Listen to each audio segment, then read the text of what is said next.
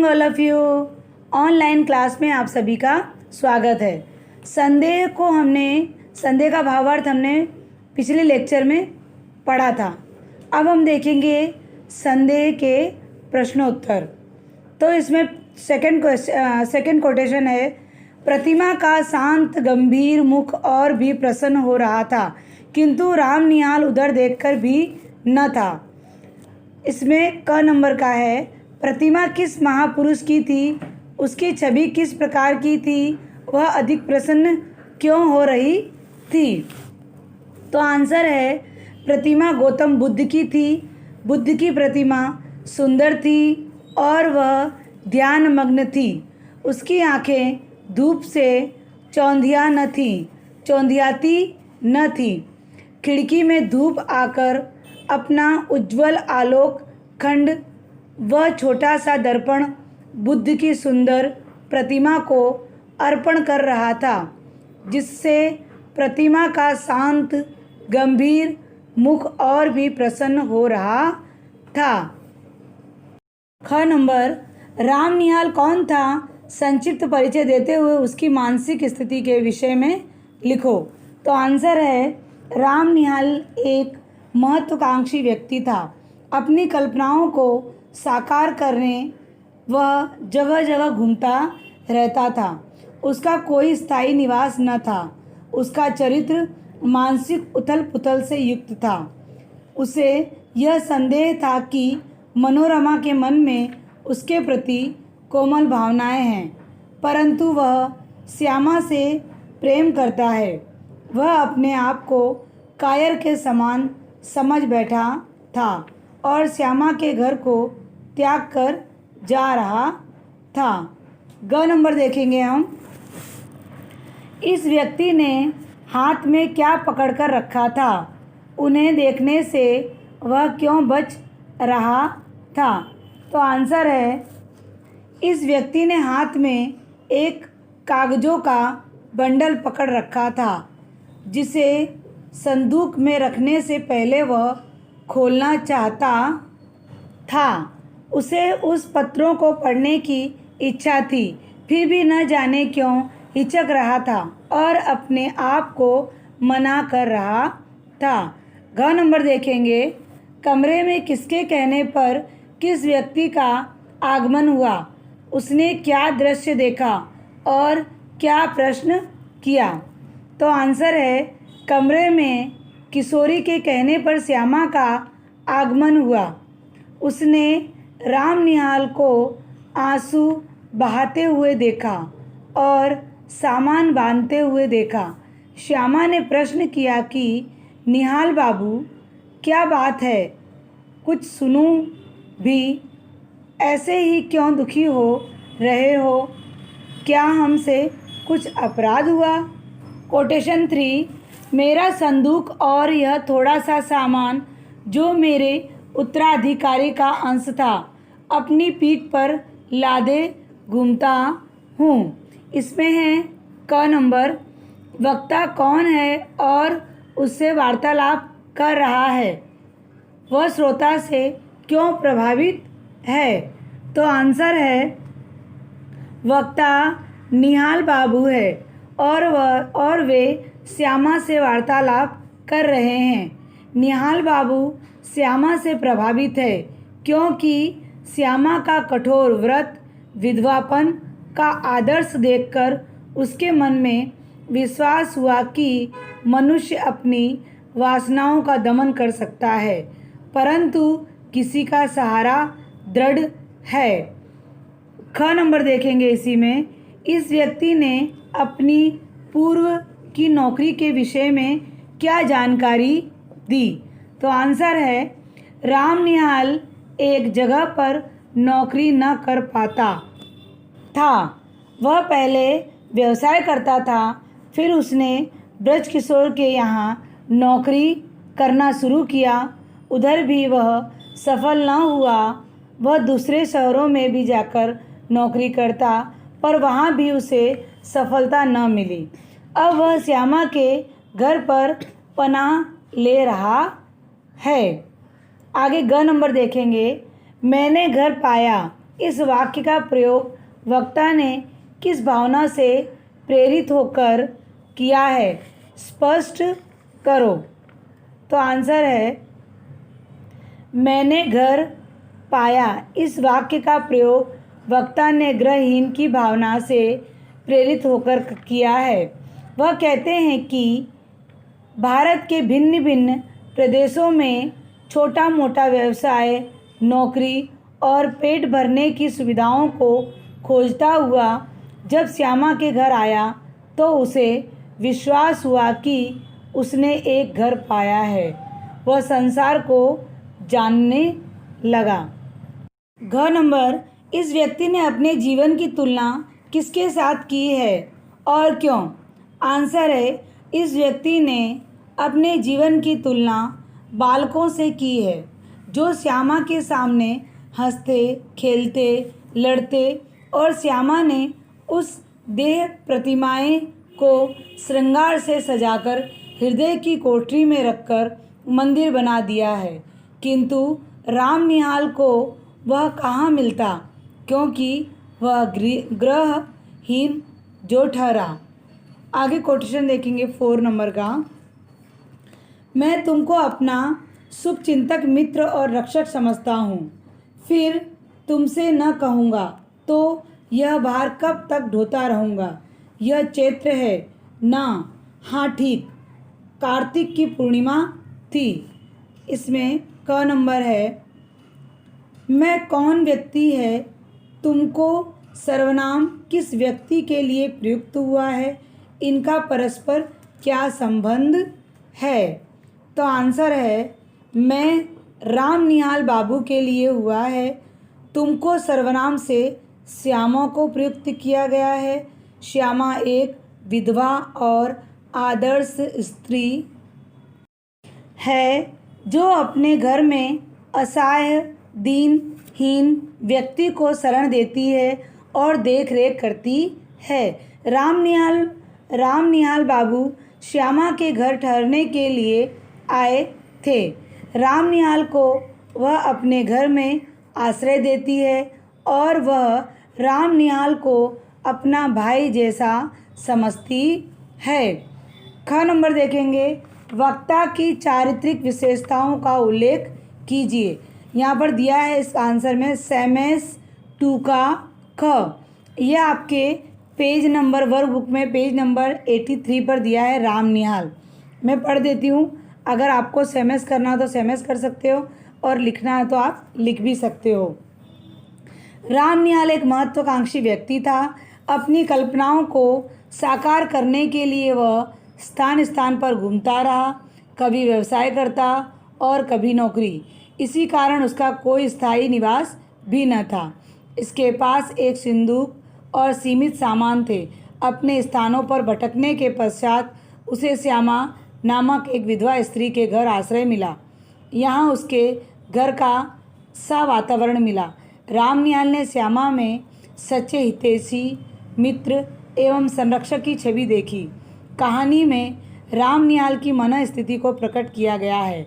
कहानी का अन्य पात्र मनोरमा के व्यवहार तथा पात्रों से यह संदेह हुआ कि मनोरमा के मन में उसके प्रति कोमल भावनाएं हैं, किंतु वह श्यामा से प्रेम करता है, यह उसका संदेह मात्र है। वह कायर के समान परिस्थिति से पलायन कर रहा था, इसलिए श्यामा के घर को त्याग कर जा रहा था। श्यामा ने राम निहाल की मनोस्थिति को भांप लिया और उसके संदेह को दूर किया। मनोरमा केवल उसकी सहायता करती है। इस प्रकार मानसिक उथल पुथल से युक्त उसका चरित्र है। अब देखेंगे हम ग नंबर। वह शब्द तब कौन सा भार ढोता रहा, उसकी व्यथा कथा वक्ता इस श्रोता से ही कहने के लिए अधीर क्यों है। तो आंसर है राम निहाल अब तक अपने मन में श्यामा के घर से जाने के कारण के भार को ढोते आ रहे हैं, जो कि वे उसे बताना चाहते थे। अपनी व्यथा कथा राम निहाल श्यामा से कहने के लिए अधीर हैं, क्योंकि वे श्यामा को अपना शुभचिंतक और मित्र संरक्षक समझते हैं। आगे घ नंबर, इस संदेह कहानी से आपने क्या शिक्षा ग्रहण की? तो आंसर है, मनुष्य परिस्थितियों के आधार पर अन्य व्यक्तियों के हाव भाव संवाद के आधार पर अपनी एक सोच निश्चित कर लेता है, जो कभी कभी संदेह का रूप धारण कर लेती है और मनुष्य मानसिक रूप से विक्षिप्त जैसा हो जाता है। यह संदेह भविष्य में मानसिक रोग का कारण भी बन सकता है। अतः इस संदेह को दूर करना भी नितांत आवश्यक है। ड नंबर देखेंगे, कार्तिक पूर्णिमा में नौका विहार का आनंद कहानी के आधार पर एक संक्षिप्त अनुच्छेद लिखिए। कोटेशन 5, मोहन बाबू की बड़ी बड़ी गोल आंखें और भी फैल गईं। उन्होंने कहा, मनोरमा, देखो, इस दीपदान का क्या अर्थ है, तुम समझती हो? क नंबर, ये व्यक्ति कहाँ पर और क्यों गए थे? इनके साथ तीसरा व्यक्ति कौन था? वह किसके आदेश पर गया था? तो आंसर है, ये व्यक्ति गंगा नदी के मान मंदिर घाट में नौका विहार करने आए थे। इनके साथ तीसरा व्यक्ति राम निहाल था। वह ब्रज किशोर जिसके वहाँ वह काम करता था, उसके कहने पर गया था। ख नंबर, मोहन बाबू ने ऐसा क्या देखा जिससे उनकी आंखें और बड़ी हो गईं? इस स्थान के सौंदर्य का वर्णन करो। आंसर है, मोहन बाबू ने घाट पर आकाशदीप और गंगा की धारा में छोटे छोटे दीपक बहते हुए देखे, जिसने उसकी आंखें और भी बड़ी कर दी। इस स्थान का नाम मान मंदिर घाट है, जो कि वाराणसी में स्थित है। गंगा नदी में नौका विहार करने का आनंद कुछ और ही है। यहाँ शीतल समीर बहता है, जो हमारे तन मन को आह्लादित कर देता है। ग नंबर, मोहन बाबू ने मनोरमा से क्या प्रश्न पूछा? उनके प्रश्न का उन्हें क्या उत्तर मिला? तो आंसर है, मोहन बाबू ने मनोरमा से यह प्रश्न पूछा कि क्या तुम इस दीपदान का अर्थ समझते हो? इस प्रश्न का मनोरमा ने उत्तर दिया कि दीपदान का अर्थ गंगा जी की पूजा है, और क्या। घ नंबर, इस दृश्य के विषय में मोहन बाबू ने क्या कल्पना की? बांसों पर टंगे दीपकों के विषय में वक्ता का क्या दार्शनिक उत्तर था? आंसर है, इस दीपदान के विषय में मोहन बाबू ने यह कल्पना की कि जीवन के लघु दीप को अनंत की धारा में बहा देने का यह संकेत है। बांसों पर टंगे दीपकों के विषय में मोहन बाबू का यह दार्शनिक उत्तर था कि आकाश भी सीमित है। जीवन दीप का उसे और जाने का यह संकेत है। कोटेशन 6, क्यों शांत हो जाऊं? राम निहाल को देखकर चुप रहूं? वह जान जाए जिसमें मुझे कोई भय नहीं। तुम लोग छिपाकर सत्य को छलना क्यों बनाती हो? उसमें कोटेशन क, वक्ता की पीड़ा स्पष्ट कीजिए, उसे किस बात का भय नहीं था? तो आंसर है, सब लोगों ने मोहन बाबू को पागल समझ लिया था। इस संसार की धोखे की ठोकरों ने उसे परेशान कर दिया है, उसे उससे विमुख कर दिया है। किसी ने उसे उसके मानसिक विप्लव में सहायता नहीं दी। उसे प्यार की आवश्यकता है। उसे राम निहाल को अपने पागलपन की जान हो जाने का कोई भय नहीं था। ख नंबर, तुम लोग शब्द किसके लिए प्रयुक्त किया है? क्या वक्ता की सोच सत्य था या केवल भ्रम था? स्पष्ट करो। आंसर है, तुम लोग शब्द से मनोरमा और ब्रज किशोर के लिए प्रयुक्त हुआ है। मोहन बाबू का यह संदेह था कि मनोरमा और ब्रज किशोर मिलकर उसे पागल बनाने की कोशिश कर रहे हैं और उसकी संपत्ति को हड़पना चाहते हैं। हाँ, वक्ता की यह सोच सत्य तो थी, परंतु अधसत्य। मनोरमा ब्रज किशोर से मिली न थी। उसे तो मोहन बाबू के प्रति दया की भावना थी। ग नंबर, इस समय राम निहाल ने किस व्यक्ति को क्या निर्देश दिया? इस निर्देश का क्या मुख्य कारण था? आंसर है, इस समय राम निहाल ने मनोरमा को यह निर्देश किया कि माझी अब धूप चलो, माझी अब धूप चलो। इस निर्देश का मुख्य कारण मनोरमा और मोहन बाबू के बीच मतभेद को रोकना था। घ नंबर, आप किस प्रकार कह सकते हैं कि कहानी का शीर्षक नितांत सटीक तथा कथानक के अनुकूल है? तो आंसर है, कहानी का शीर्षक संदेह नितांत सार्थक एवं सटीक है। संपूर्ण कथानक राम निहाल तथा मोहनलाल के मन में उत्पन्न शक को लेकर ही बढ़ता दिखता है।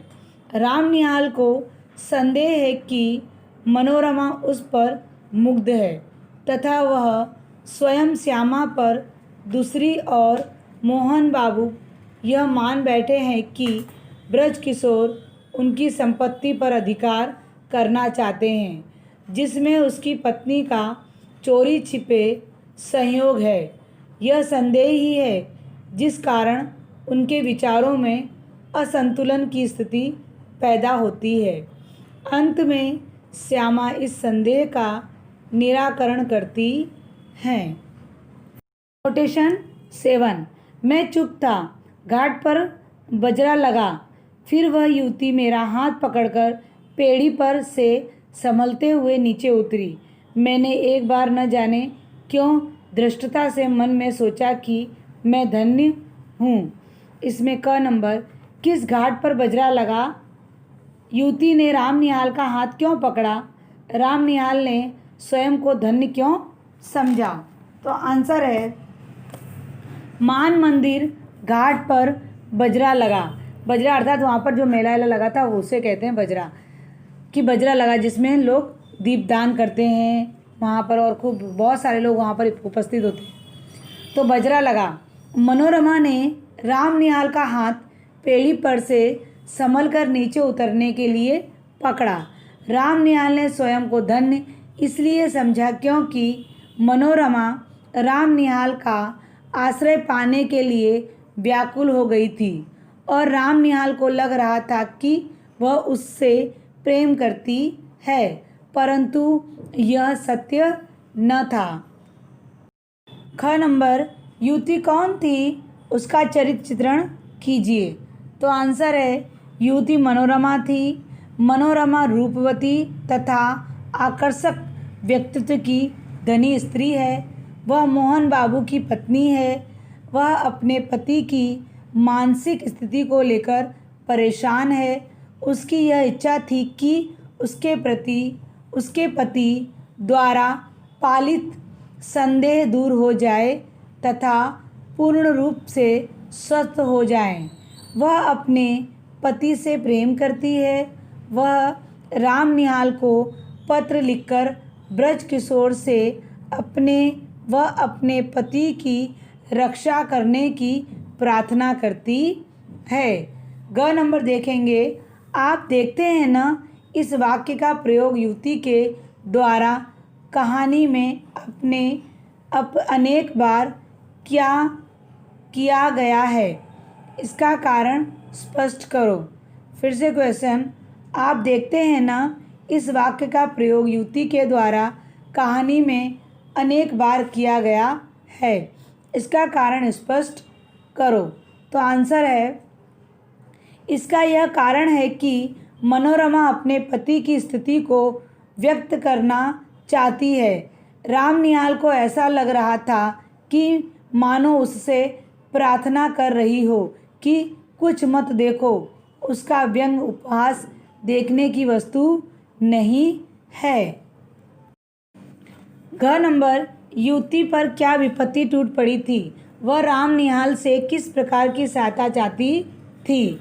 तो आंसर है, युवती पर यह विपत्ति टूट पड़ी थी कि वे अपने पति का संदेह कैसे दूर करें और उन्हें स्वस्थ कैसे करें।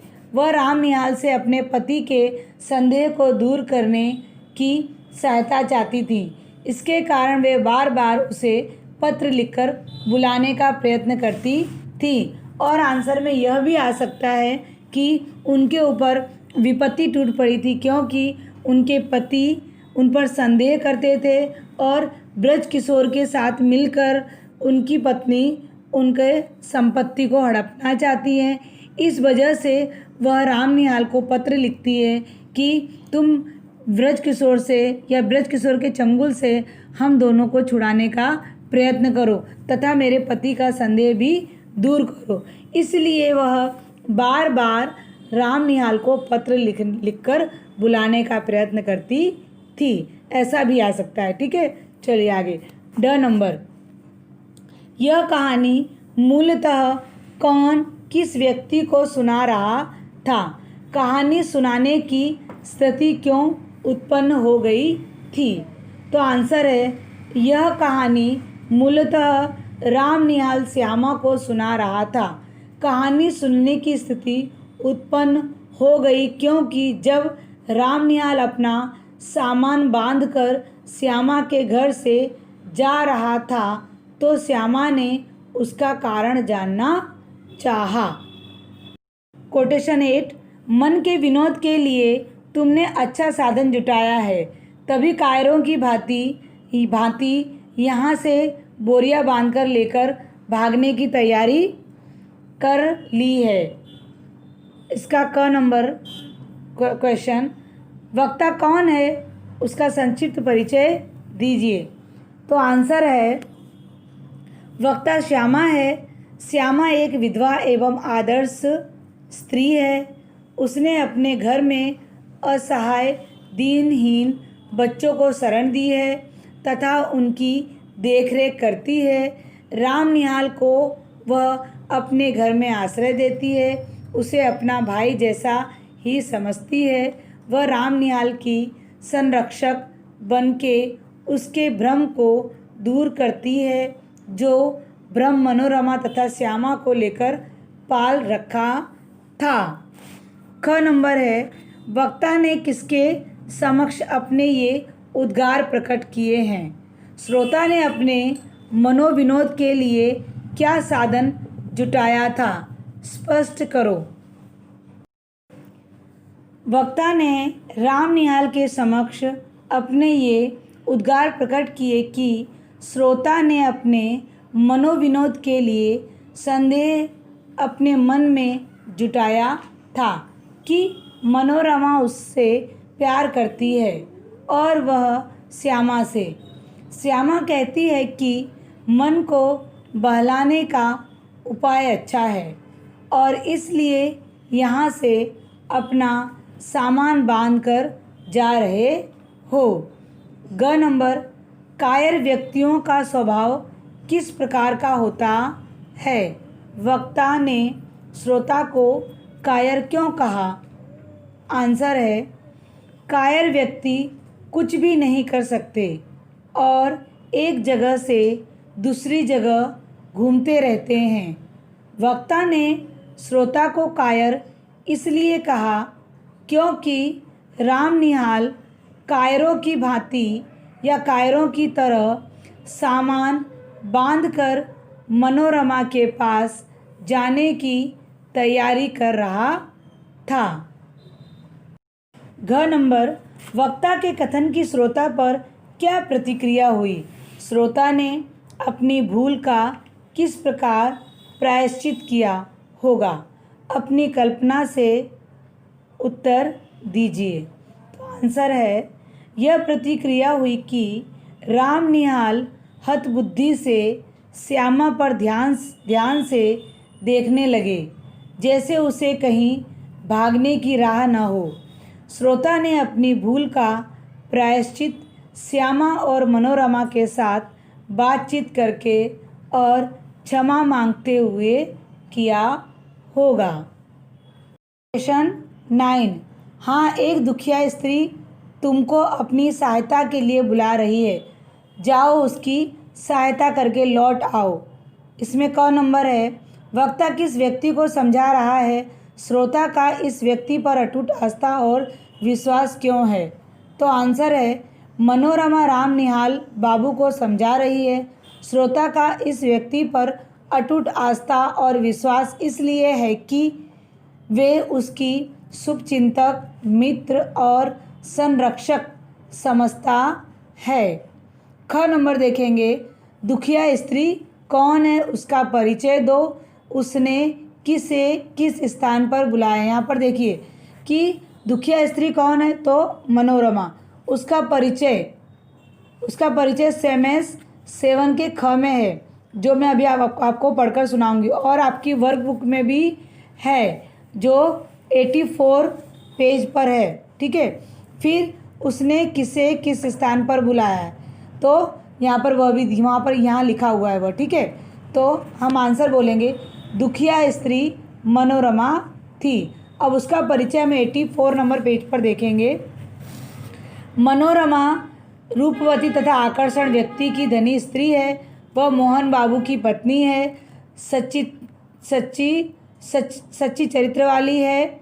वह अपने पति की मानसिक स्थिति को लेकर परेशान है। उसकी यह इच्छा है कि ब्रज किशोर तथा मनोरमा को लेकर उसके पति द्वारा पालित भ्रम को दूर हो तथा वह पूर्ण रूप से स्वस्थ हो जाए।